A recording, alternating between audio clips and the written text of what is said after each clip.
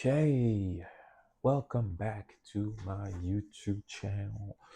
So, today we will talk about the history of money. This is a new chapter. If you recall, we talked about what money was, the different types of money, the different properties of money. Now, here we come to this new chapter. We're getting closer and closer to the final boss.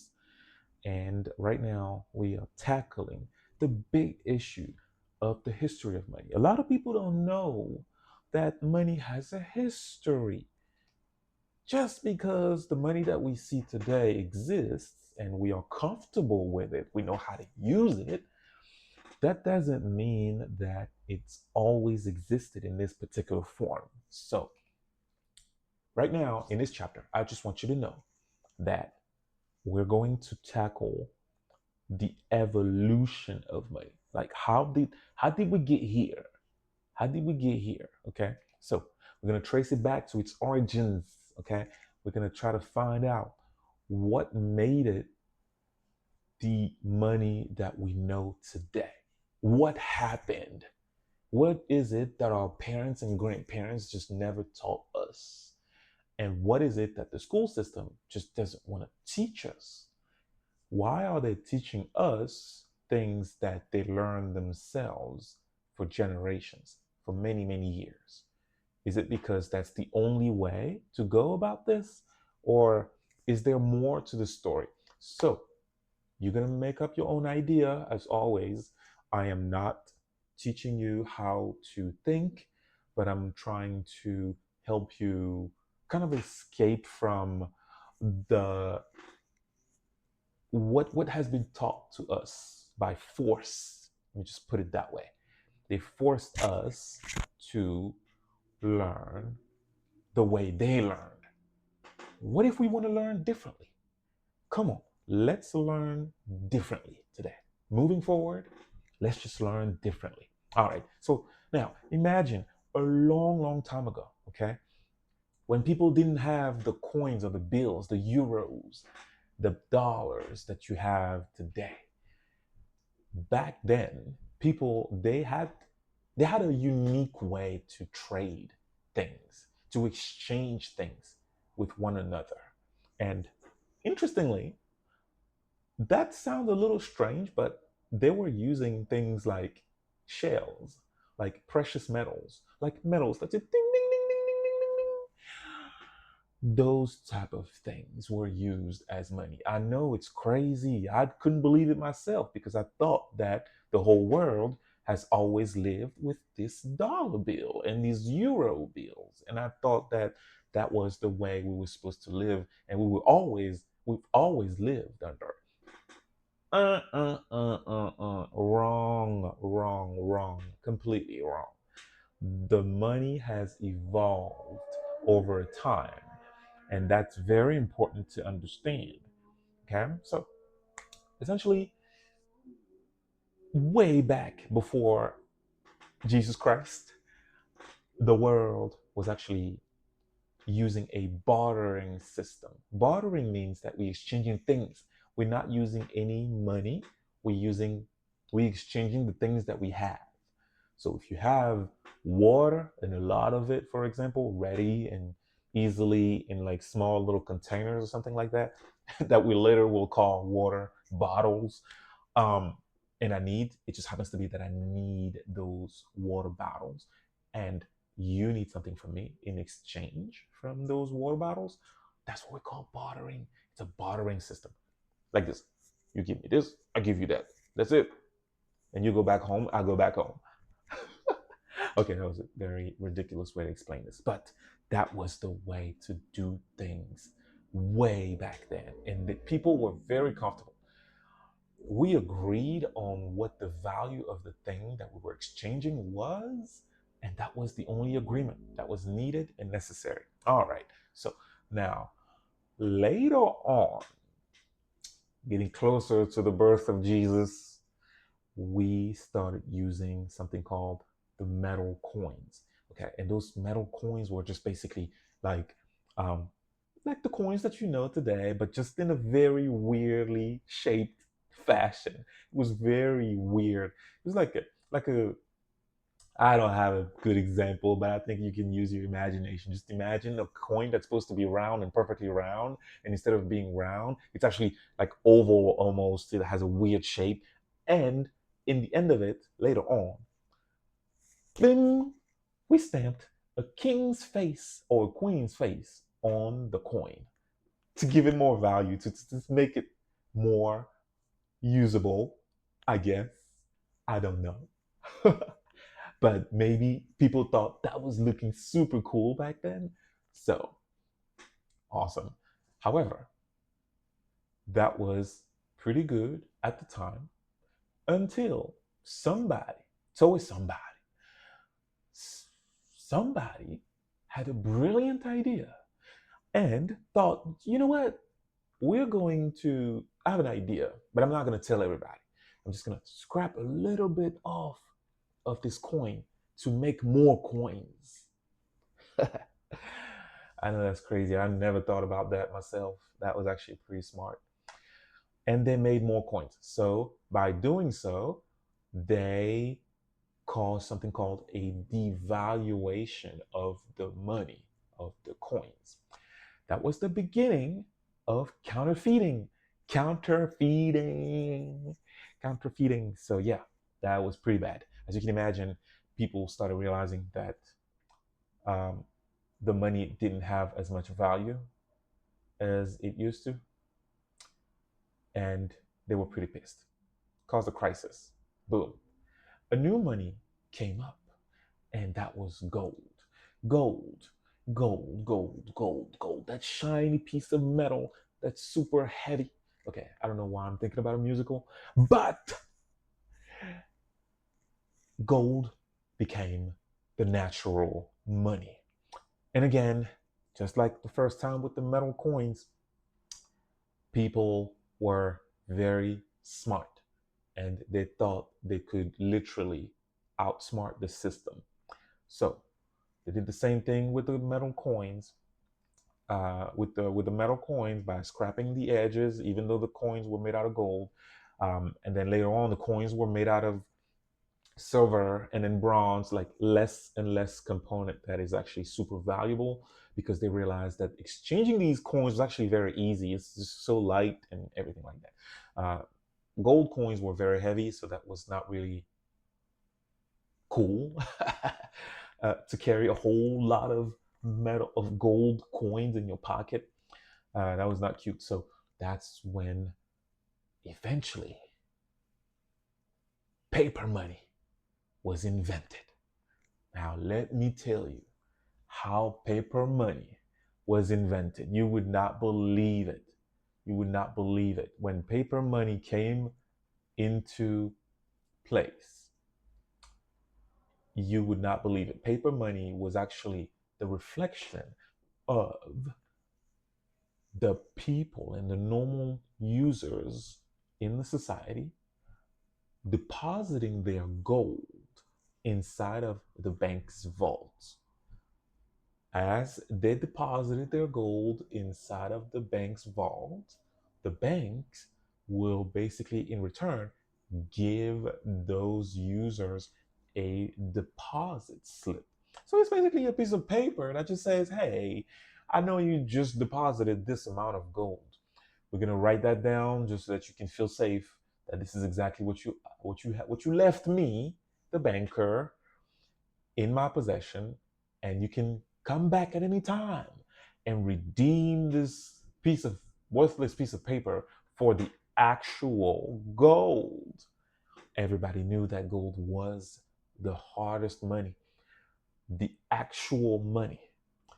Those pieces of paper were basically nothing but a claim. It was not meant to be exchanged.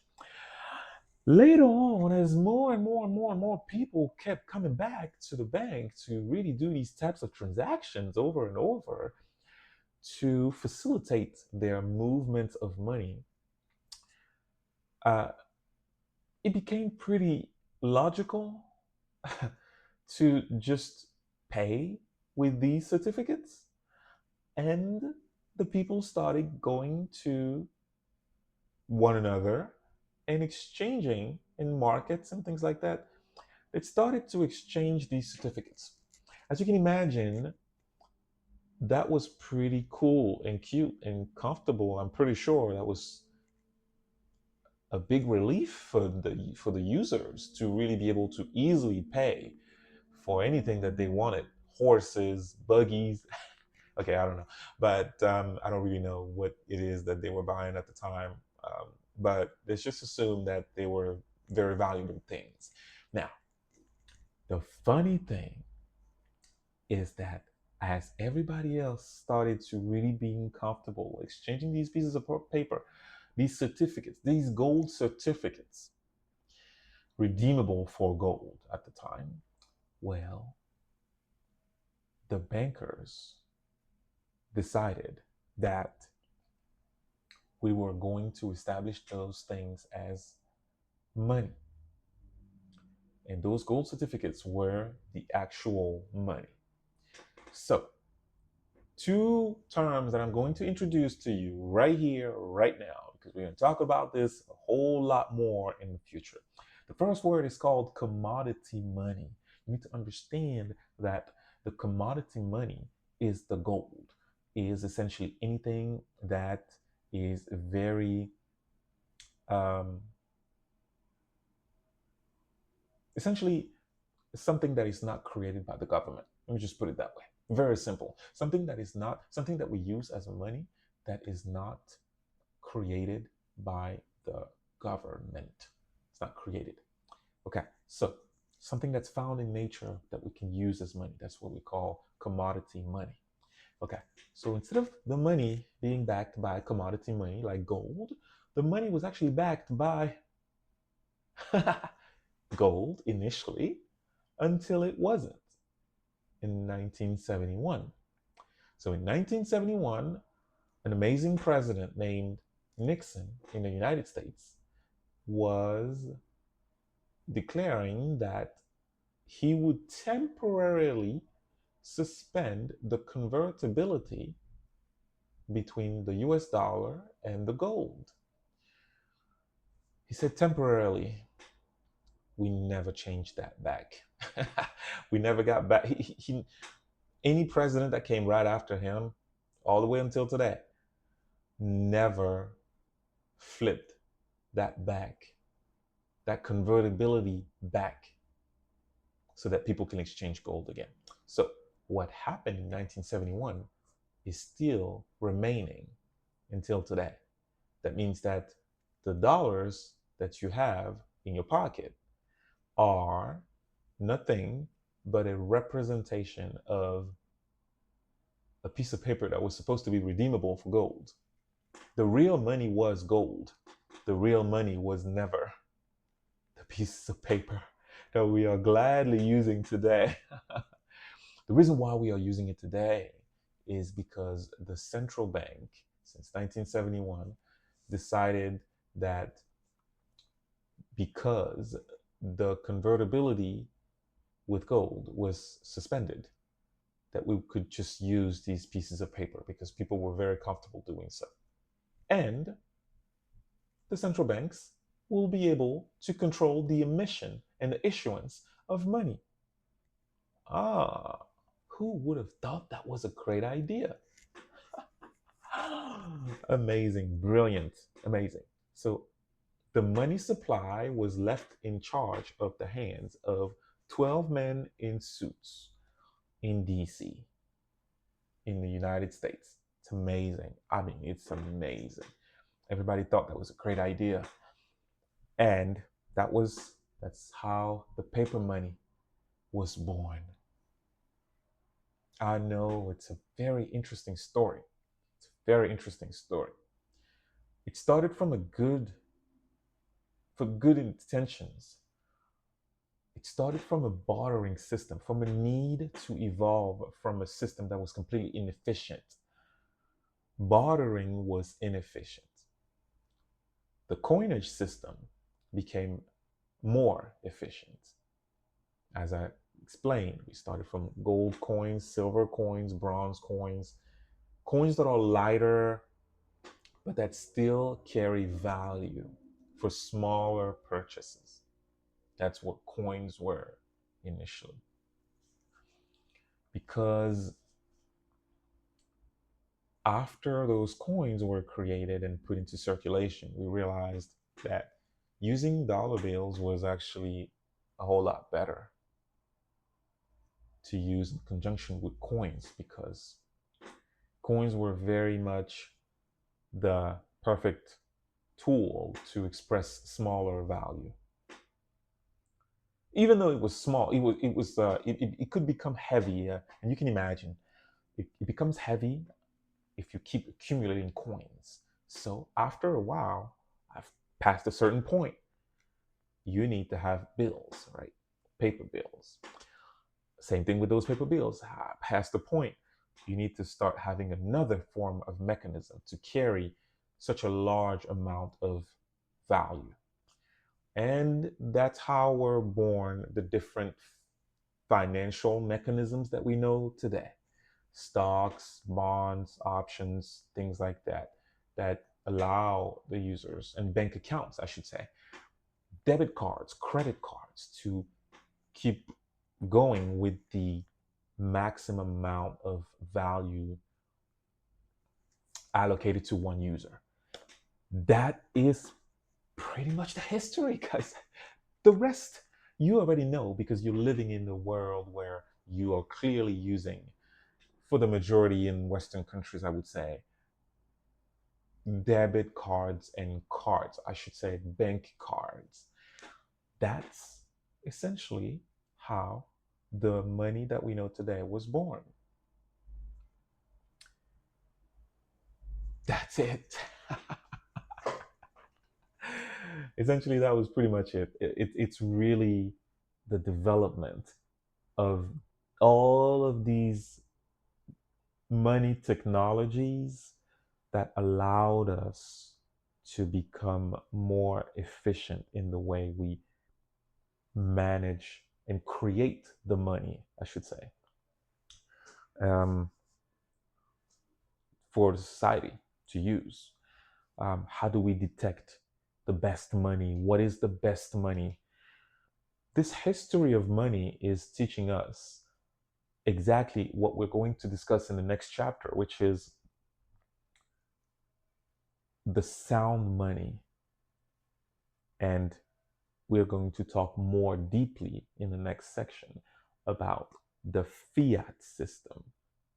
But in the meantime, in this class, in this session, all we need to remember is that the money that we're using today was not always in this form. It evolved into this form. And this is not the final boss of the game.